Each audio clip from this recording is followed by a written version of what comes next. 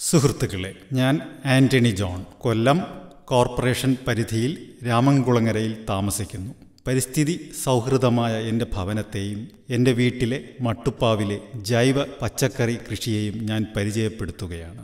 ജൈവ മാലിന്യ സംസ്കരണം, സൗരോർജ ഉൽപ്പാദനം, മഴവെള്ള സംഭരണം, ഊർജം ലാഭിക്കുന്ന ഭവന നിർമ്മാണ മാതൃക ഇവയാണ് എൻ്റെ വീടിൻ്റെ സവിശേഷതകൾ. സൂര്യപ്രകാശം ആവശ്യത്തിനു ലഭിക്കുന്ന 50 ചതുരശ്ര അടി സ്ഥലമേ എനിക്ക് കൃഷിക്കായി മട്ടുപ്പാവിൽ അവശേഷിക്കുന്നുള്ളൂ. ഈ പരിമിതി മനസ്സിലാക്കി ഞാൻ ഒരു വെർട്ടിക്കൽ ഗാർഡൻ സംവിധാനം ഡിസൈൻ ചെയ്തു നിർമ്മിച്ചു. 50 ചതുരശ്ര അടിയിൽ 200 മൂട് പച്ചക്കറി കൃഷി ചെയ്യുന്നു. തക്കാളി, മുളക്, വെണ്ടയ്ക്ക, വഴുതന, ചീര, capsicum, cabbage, cauliflower, broccoli, lettuce, കെയിൽ, കുറ്റിപ്പയർ തുടങ്ങി എല്ലാത്തരം പച്ചക്കറികളും കൃഷി ചെയ്യുന്നു. ജൈവ ഹൈഡ്രോപോണിക്സ് സംവിധാനത്തിലാണ് കൃഷി. മരക്കരിയും ചകിരിച്ചോറും 95%, 5% മണ്ണും. കടൽ ജലം നേർപ്പിച്ച് ജൈവവളമായി ഉപയോഗിക്കുന്നു. കാരണം കടൽ ജലത്തിൽ 92ൽ പരം സൂക്ഷ്മ ധാതുക്കൾ അടങ്ങിയിരിക്കുന്നു.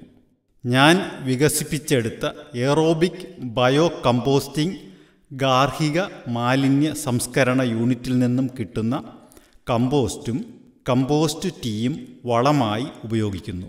കമ്പോസ്റ്റ് ടീ EM ലായനിയും മറ്റു ജീവാണുവളങ്ങളും ചേർത്ത് ശർക്കരപ്പാനിയും ഹ്യൂമിക് ആസിഡും കലർത്തി ഉയർന്ന അളവിൽ ഓക്സിജൻ നൽകി എയറേറ്റഡ് ആക്ടിവേറ്റഡ് കമ്പോസ്റ്റ് ടീ നിർമ്മിച്ച് അത് വളമായും കീടനാശിനിയായും ഇലയിൽ തളിക്കുന്നു.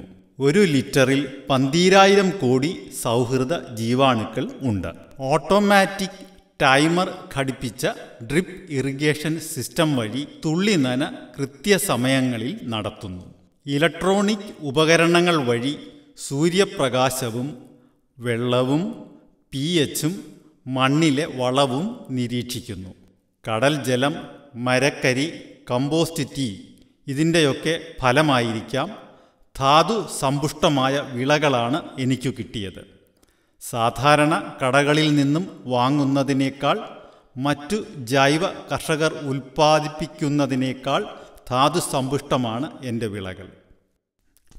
കൂടുതൽ വിവരങ്ങൾ അറിയാൻ ആഗ്രഹിക്കുന്നവർക്ക് organic farming tips by Antony John എന്ന പുസ്തകം വാങ്ങാം.